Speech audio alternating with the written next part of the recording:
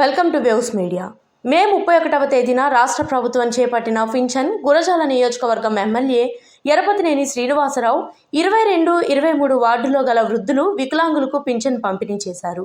అనంతరం ఆయన మాట్లాడుతూ తెలుగుదేశం పార్టీ అధికారంలోకి వచ్చిన తరువాత ఇచ్చిన హామీలను అమలు చేస్తూ వృద్ధులకు 4,000 రూపాయలు, వికలాంగులకు 5,000 రూపాయల పింఛన్ ఇవ్వడం జరుగుతుంది.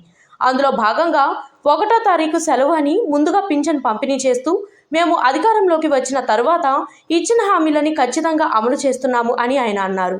ఈ కార్యక్రమంలో పిడుగురాల తహసీల్దార్ మధుబాబు, మున్సిపాలిటీ కమిషనర్ వెంకటేశ్వర్లు మరియు టీడీపీ పట్టణ అధ్యక్షులు పాండురంగ శ్రీనివాసరావు, టీడీపీ నాయకులు, కార్యకర్తలు పాల్గొన్నారు. అధికారంలోకి వచ్చిన తర్వాత ఎన్నికల ముందు ఇచ్చిన హామీల అమలులో భాగంగా పెన్షన్ని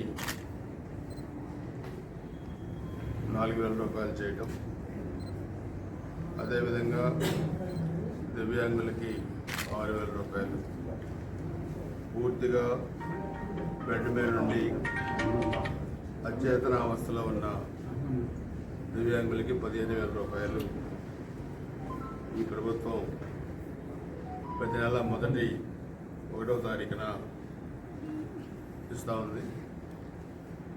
అంటే ప్రభుత్వం ఎంత పర్ఫెక్ట్గా ఉందంటే, రేపు 1వ తారీఖు ఆదివారం వస్తుందంటే ముందు రోజే రాష్ట్ర వ్యాప్తంగా కూడా పెన్షన్లు డిస్ట్రిబ్యూట్ చేస్తారు.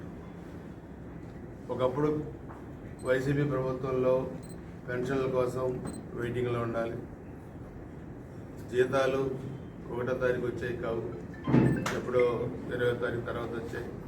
ఇప్పుడు 1వ తారీఖు జీతాలు వస్తున్నాయి, సంక్షేమ కార్యక్రమాలు అమలవుతున్నాయి.